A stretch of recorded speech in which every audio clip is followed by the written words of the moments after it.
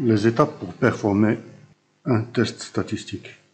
La première chose à faire, c'est de se poser une question.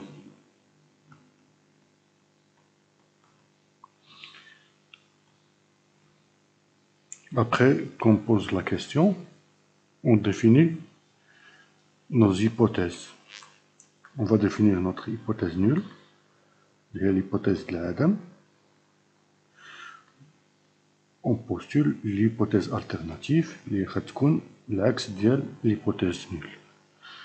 La troisième chose, on définit le niveau de signification alpha.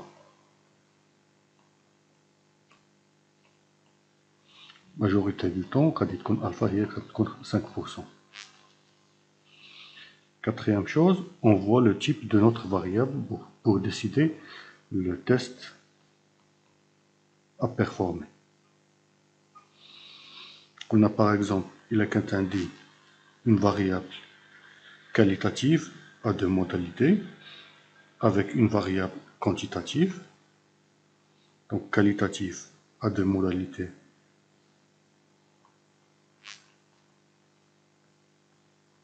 Ma quantitative. Qu'est-ce qu'on fait? On fait ce qu'on appelle t-test. Si j'ai qualitatif mais plus de deux modalités, par exemple le cas ou le cas, et une variable quantitative, ce que je fais la nova test.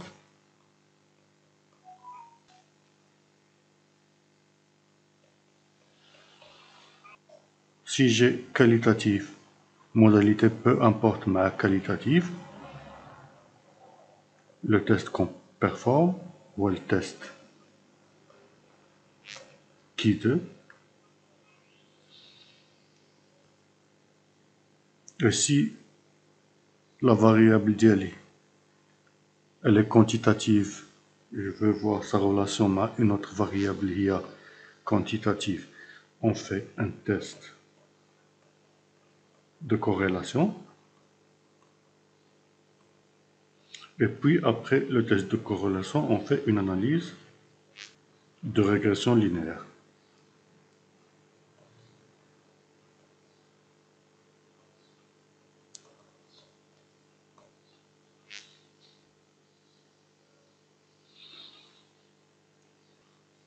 Donc, on a la quatrième étape.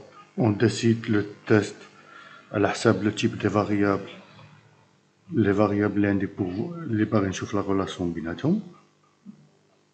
Une fois le test performé, le logiciel, il va faire des calculs où il va calculer une probabilité qu'on va l'appeler la p-value. La p-value est la probabilité qui m'importe plus. Et selon les valeurs de la p-value, on va décider. Donc, le critère de décision.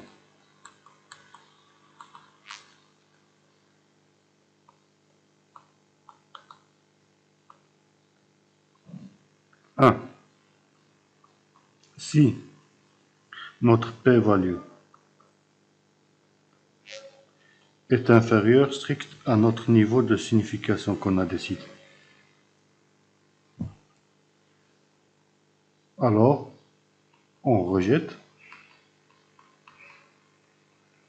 H0 l'hypothèse de l'Adam ديالنا.